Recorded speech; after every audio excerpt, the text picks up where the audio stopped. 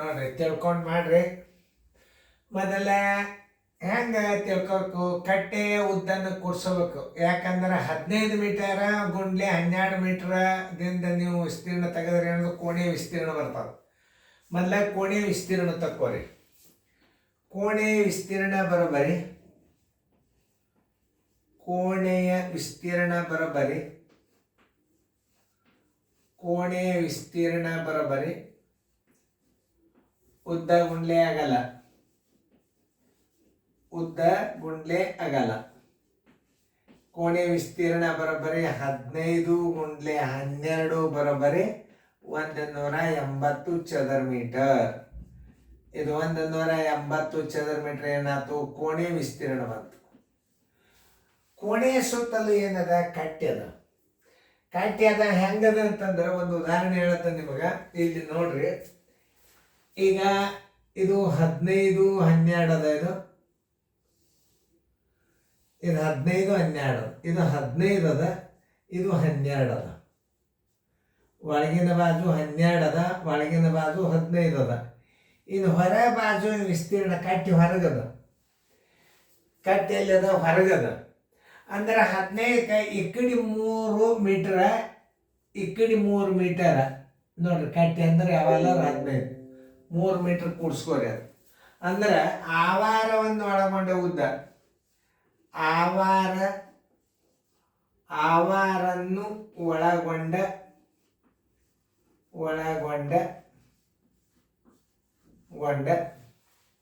ಉದ್ದ ಬರಬರಿ ಉದ್ದ ಪ್ಲಸ್ 2 ಗುಂಡ್ಲೆ ಕಟ್ಟೆಯ ಅಳತೆ. ಆವಾರ ಅಂದ್ರೆ ಒಂದೇ, ಕಟ್ಟೆ ಅಂದ್ರೆ ಒಂದೇ. ಬರೋಬ್ಬರಿ ಉದ್ದ ಎಷ್ಟದ, 15 ಅದ.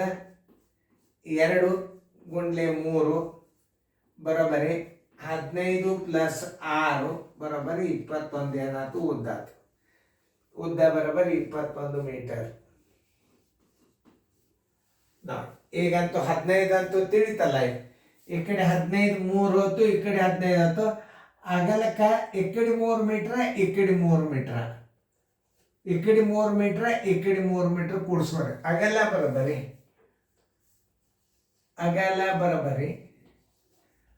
12 ಪ್ಲಸ್ 2 ಗುಂಡ್ಲೆ ಕಟ್ಟೆಯ ಅಳತೆ, ಆವಾರದ ಅಳತೆ ಅಂದ್ರೆ ಒಂದೇ. ಕಟ್ಟೆಯ ಅಳತೆ ಬೀಳ್ತಾವೆ ಇವು. 12 ಪ್ಲಸ್ 2 ಗುಂಡ್ಲೆ 3 ಬರೋಬ್ಬರಿ 12 ಪ್ಲಸ್ 6 ಬರೋಬ್ಬರಿ 20, 18 ಮೀಟರ್. ಎಷ್ಟು, 18 ಮೀಟರ್. ನೋಡಿ, ತಿಳ್ಕೊರಿ. ಆವಾರನ್ನು ಒಳಗೊಂಡ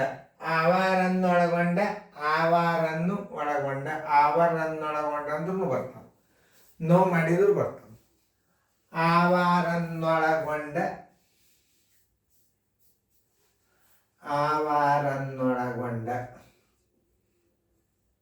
ಓಕೆ. ಆವಾರನ್ನೊಳಗೊಂಡ ಉದ್ದ ಬರೋಬರಿ ಉದ್ದ ಪ್ಲಸ್ 2 ಕಟ್ಟೆ ಅಳತೆ. ಆಮೇಲೆ 15 ಪ್ಲಸ್ 2 ಗುಂಡ್ಲೆ 3 21 ಮೀಟರ್ ಆಯ್ತು. ಅಗಲ ಬರೋಬರಿ 12 ಪ್ಲಸ್ 2 ಗುಂಡ್ಲೆ ಕಟ್ಟೆ ಅಳತೆ, ಆ ಕಡೆ 2 ಆಯ್ತು. ಟೋಟಲ್ ಹೆಂಗೆ ಆಗ್ತದೆ ಇದು ಚಿತ್ರ ನಿಮ್ಗೆ ನಾನು ತೋರಿಸ್ತೀನಿ. ನಿಮಗಿದು ಬೆಳೀತದೆ. ದಾರಿಯ ದೂರ, ಮುಂದ ಮೇಲೆ ಮೈದಾನದ ವಿಸ್ತೀರ್ಣ ಎಲ್ಲ ಬರ್ತಾವೆ ನಿಮಗೆ. ಇದ್ರಾಗ ಎಲ್ಲ ಲೆಕ್ಕಗಳು ಬರ್ತಾವೆ. ಈಗ ಎಷ್ಟಾಯ್ತು, 18 ಮೀಟ್ರ್. ಇನ್ನು ಪರ್ಟಿಕ್ಯುಲರ್ ದೇವಸ್ಥಾನ ಹೆಂಗೆ ಕಾಣಿಸ್ತದೆ, ಕಟ್ಟಿ ಹೆಂಗೆ ಕಾಣಿಸ್ತದೆ ನಿಮ್ಮನ್ನು ನಾನು ತೋರಿಸ್ತೀನಿ. ನೋಡ್ರಿ, ಇದೇನದ, ಕೋಣೆ ವಿಸ್ತೀರ್ಣ, ಉದ್ದ, ಇದು ಆಗಲ್ಲ. ಇದು ಒಂದೇ ವೇಳೆ ಕೋಣೆಗೆ ಸುತ್ತಲೂ ಏನದ 3 ಮೀಟರ್ ದಾರಿ ಅದ. ಈ ಕಡೆ 3 ಮೀಟರ, ಈ ಕಡೆ 3 ಮೀಟರ, ಈ ಕಡೆ 3 ಮೀಟರ, ಈ ಕಡೆ 3 ಮೀಟರ. ನೋಡ್ರಿ, ಉದ್ದ 2 ಕಡೆ ಹೆಚ್ಚಾತಲ್ಲ. ಆಗಲ್ಲ, ಈ ಕಡೆ 3 ಮೀಟರ, ಈ ಕಡೆ 3 ಮೀಟರ. ಒಂದೇ ಭುಜ ತಗೊಳ್ಳೋದಿರ್ತಲ್ಲ ವಿಸ್ತೀರ್ಣದಾಗ. ನೋಡ್ರಿ,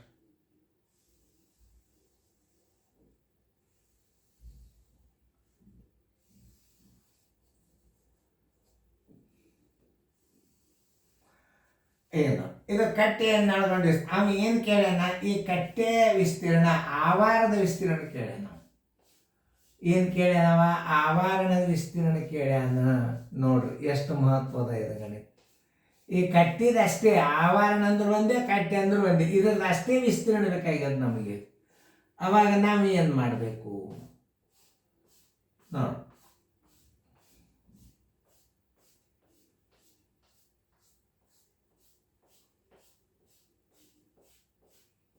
ಈ ಕಟ್ಟಿ ವಿಸ್ತೀರ್ಣ ಬೇಕಾಗ್ಯದ ನಮ್ಗೆ. ಈಗ ಏನದಲ್ಲ ನಾ ಡಿಸೈನ್ ಮಾಡಿನಲ್ಲ, ಇದ್ರ ವಿಸ್ತೀರ್ಣ ಬೇಕಾಗ್ಯದ.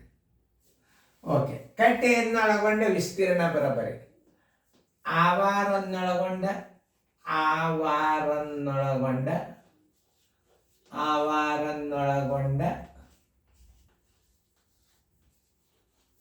ವಿಸ್ತೀರ್ಣ ಬರಬರಿ ಎಷ್ಟು? 21 ಗುಂಡ್ಲೆ 18. 18 ಅಂದ್ಲೆ 18 ಪ್ಲಸ್ 1, 18 36, 1 37, 378 ಚದರ ಮೀಟರ್ ಆಯ್ತು ಕಟ್ಟೆಯನ್ನು ಒಳಗೊಂಡು ವಿಸ್ತೀರ್ಣ.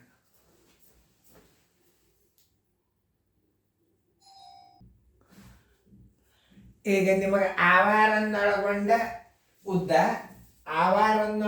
ಉದ್ದ ಇದು ಉದ್ದ ಪ್ಲಸ್ 2 ಗುಂಡ್ಲೆ ಕಟ್ಟೆ ಅಳತೆ.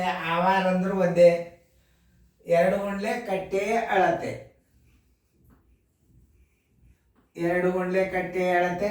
ಯಾಕಂದ್ರೆ ಈ ಕಡೆ 3 ಹೋಗಿರ್ತದ, ಈ ಕಡೆ 3 ಹೋಗಿರ್ತದ, ಈ ಕಡೆ 3 ಹೋಗಿರ್ತದ. ಇದು ಅಗಲ್ದಾಗ ಇದು 3 ಹೋಗಿರ್ತದ, ಇದು 3 ಹೋಗಿರ್ತದ.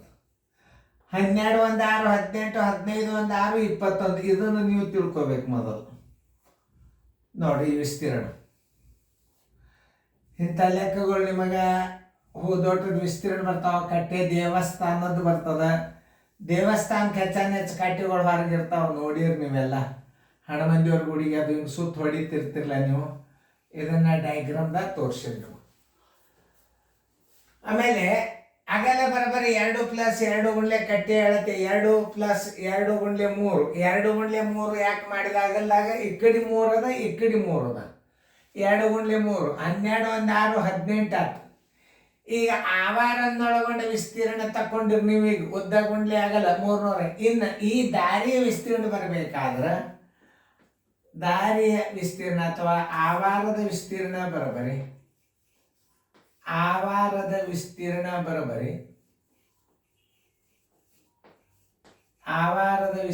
ಬರೋಣ. ದಾರಿಯನ್ನೊಳಗೊಂಡ ಅಥವಾ ಕಟ್ಟೆಯನ್ನೊಳಗೊಂಡ ವಿಸ್ತೀರ್ಣ 378. ಆಮೇಲೆ ಕೋಣೆಯ ವಿಸ್ತೀರ್ಣ 180. ಕೈಯಲ್ಲಿದ್ರ 8ಕ್ಕೆ 8, 17 8 ಆದ್ರೆ 9, 17 8 ಆದ್ರೆ 9, ಕೆಲವಂತ 1 3 7 ಆದ್ರೆ 1 ಬರೋಬರಿ 198 ಚದರ ಮೀಟರ್. ಇದರದ್ದು ಆವಾರದ ವಿಸ್ತೀರ್ಣ. ಇದರದ್ದು 198 ಚದರ ಮೀಟರ್. ಹಿಂಗೆ ತಿಳ್ಕೊಂಡು ಗಣಿತಗಳನ್ನು ಮಾಡಬೇಕು ನೀವು. ನೋಡ್ರಿ ಇವೆಲ್ಲ ಕಟ್ಟೆ ಯಾವ ಗಣಿತ ನಿಮಗೆ ಪರೀಕ್ಷೆದಾಗ ಇವು ನಿಮಗೆ ಆಗಿಲ್ಲ ಅನ್ನಂಗಿಲ್ಲ, ಎಲ್ಲ ಆಗಿರ್ತಾವ. ನೀವು ಲಕ್ಷ್ಯ ಕೊಟ್ಟು ನೋಡ್ರಿ, ರಿವಿಷನ್ ಮಾಡಿದ್ರಿ, ಎಲ್ಲ ಗಣಿತಗಳು ಬೀಳ್ತಾವ ನೀವು. 198 ಚದರ. ಉತ್ತರ ಸಂಖ್ಯೆ ಎಲ್ಲದ 198, ಉತ್ತರ ಸಂಖ್ಯೆ ಡಿ. ಇದು ನೀವು ಪರ್ಫೆಕ್ಟ್ ಆದ್ರೆ ಅಂದ್ರೆ ಬಾಯಲ್ಲೇನೆ ಮಾಡಿಬಿಡ್ತೀರಿ. ಉದ್ದದಾಗ 6 ಕೂಡಿಸ್ತೀರಿ, ಅಗಲ್ದಾಗ 6 ಕೂಡಿಸ್ಕೇಸಿಂದ ಗುಣಾಕಾರ ಮಾಡಿಬಿಡ್ತೀರಿ. ಮೂಲ ಕಟ್ಟೆ ವಿಸ್ತೀರ್ಣನ ಗುಣಾಕಾರ ಮಾಡ್ಕೊಂಡು ಕಳೆದು ಬಿಟ್ರತ್ತು ಬಂದ್ಬಿಡುತ್ತ. ನಿಮಗೆ ಸರಿಯಾಗಿ ತಿಳಿತಲ್ಲ. 15 ಮೀಟರ್ ಉದ್ದ, 12 ಮೀಟರ್ ಆಗಲ್ಲ. ಒಂದು ಆಯ್ತಾಕಾರದ ಕೋಣೆ ಸುತ್ತ 3 ಮೀಟರ್ ಅಗಲವಾದ ಕಟ್ಟೆ ಅಂದ್ರೆ ಒಂದೇ, ಆವಾರ ಒಂದು ಒಂದೇ. ಹಾಗಾದ್ರೆ ಆವಾರದ ವಿಸ್ತೀರ್ಣ ಕಂಡು ಹಿಡಿಯರಿ. ಕೋಣೆಯ ವಿಸ್ತೀರ್ಣ ಬಂದು ತಕ್ಕೋರಿ. ಉದ್ದ ಗುಂಡ್ಲೆ ಆಗಲ್ಲ 180 ಚದರ ಮೀಟರ್ ಆಯ್ತು ಕೋಣೆಯ ವಿಸ್ತೀರ್ಣ. ಆವಾರನ್ನೊಳಗೊಂಡ ಉದ್ದ ಪ್ಲಸ್ 2 ಗುಂಡ್ಲೆ ಆ ಕಡೆ 3 ಈ ಕಡೆ 3 ಅಂದ್ರೆ 2 ಗುಂಡ್ಲೆ 3, 15 1 6, 21 ಮೀಟರ್ ಉದ್ದ. ಅಗಲ ಬರಬರ 12 ಪ್ಲಸ್ 2 ಗುಂಡ್ಲೆ ಕಟ್ಟೆ ಅಳತೆ. 12 ಪ್ಲಸ್ ಆ ಕಡೆ 3 ಈ ಕಡೆ 3 ಅಂದ್ರೆ 2 3 6, 12 1 6, 18. ಆವಾರನ್ನೊಳಗೊಂಡ ವಿಸ್ತೀರ್ಣ ಅಂದ್ರೆ ಕಟ್ಟೆಯನ್ನೊಳಗೊಂಡ ಆವಾರನ್ನೊಳಗೊಂಡ ಉದ್ದ ಮತ್ತು ಆವಾರನ್ನೊಳಗೊಂಡ ಅಗಲದಿಂದ ಗುಣಾಕಾರ ಮಾಡಿದರೆ ಆವಾರನ್ನೊಳಗೊಂಡ ವಿಸ್ತೀರ್ಣ ಬರ್ತದೆ 378 ಚದರ ಮೀಟರ್. ಆವಾರದ ವಿಸ್ತೀರ್ಣ ಬರೋಬ್ಬರಿ ಆವಾರನ್ನೊಳಗೊಂಡ ವಿಸ್ತೀರ್ಣ ಮೈನಸ್ ಕೋಣೆಯ ವಿಸ್ತೀರ್ಣ ಏನು 198 ಚದರ. ನಿಮಗೆ ತಿಳಿತ ತಿಳ್ಕೊಂಡು ಮತ್ತೊಂದ್ಸಲ ರೀಪ್ಲೇ ಮಾಡಿ ತಗೋರಿ, ನೋಡ್ರಿ, ರಿವಿಷನ್ ಮಾಡಿರಿ, ರಿಸಲ್ಟ್ ಹೊಡೀರಿ. ಇಂಥದ್ದು ನಿಮಗೆ all basic study Navodaya and Sainik school coaching YouTube ಅಂದ್ರೆ ಜೋಶಿ ಸರ್ ಬಂದೆ. ಆಮೇಲೆ ಇನ್ನೊಂದು, ನೀವು ನಾ ದಿನಾಲೂ ನಿಮಗೆ ಹೋಮ್ವರ್ಕ್ ಹಾಕ್ತೇನೆ ಜೂನ್ದಿಂದ. ನೋಡಕಂದ್ರೆ ಹೆಂಗೆ ಬರ್ತಾವೆ ಜೂನ್ದಿಂದ ಹೋಮ್ವರ್ಕ, ಅದು ಏಪ್ರಿಲ್ ಫಸ್ಟ್ ವೀಕ್ದಿಂದ ಬೇಸಿಕ್ ಅಭ್ಯಾಸ ಬರಲಿ ಸ್ಟೇಟಸ್ನಾಗೆ ಬರ್ತದೆ ನಿಮಗೆಲ್ಲ ಅಭ್ಯಾಸ. ದಿನಾಲೂ ಅಷ್ಟು ಗಣಿತಗಳು ಹೋಮ್ವರ್ಕ್ ಮಾಡೋದದ. ನಿಮಗೆ 24 ತಾಸು ಗಣಿತ ಇರ್ತಾವ. ಓದ್ಕೊಳ್ಳೋದು, ಮಗ್ಗಿ ಬ್ಯಾಪಟ್ ಮಾಡೋದು, ಎಲ್ಲ ಭಿನ್ನ ರಾಶಿ, ಲಾಸ ಮಾಸ ಎಲ್ಲ ಲೆಕ್ಕಗಳನ್ನು ನೀವು ಮಾಡಬೇಕು. ಎಷ್ಟು ಶಣರಾಗ್ತೀರಿ ನೀವು ಅದನ್ನು 1080 ಕ್ಲಿಯರ್ ಇಟ್ಟು ನೋಡ್ರಿ. ಮತ್ತು ವಿಡಿಯೋಗಳನ್ನು ಯಾವಾಗಲಾದರೂ ನೀವು ಮೊದಲು ಬಂದ ತಕ್ಷಣ ಮ್ಯೂಟ್ ಮಾಡಬೇಕು. ಮ್ಯೂಟ್ ಮಾಡಿದರೆ ನಿಮಗೆ ಪ್ರಶ್ನೆ ಬರ್ತದೆ, ಮ್ಯೂಟ್ ತೆಗೆದ್ರೆ ನಾ ಬಂದು ತಿಳಿಸ್ತೇನೆ. ಇದನ್ನು ಚೆಂದಾಗಿ ನೋಡ್ಕೊರಿ. ಇನ್ನೊಂದು ಮಾದರಿ ಕೊಟ್ಟಿರ್ತಾನೋ ಮಾಡಕ್ಕಂತ ಸ್ವಲ್ಪ ವಿಚಾರ ಮಾಡ್ತಕ್ಕಂಥ ಮಾದರಿ ಕೊಟ್ಟಿರ್ತಾನೆ ಮುಂದೆ, ಚೆಂದಾಗಿ ಬಿಡಿಸ್ಕೊಳ್ರಿ.